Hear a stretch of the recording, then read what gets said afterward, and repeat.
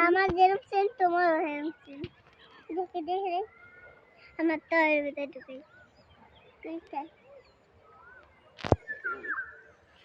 তোমার তো দুই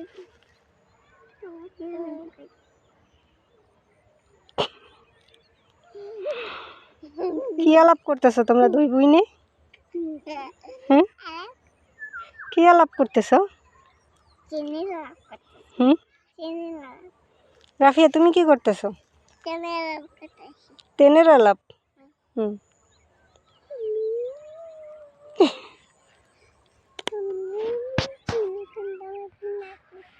হ্যাঁ,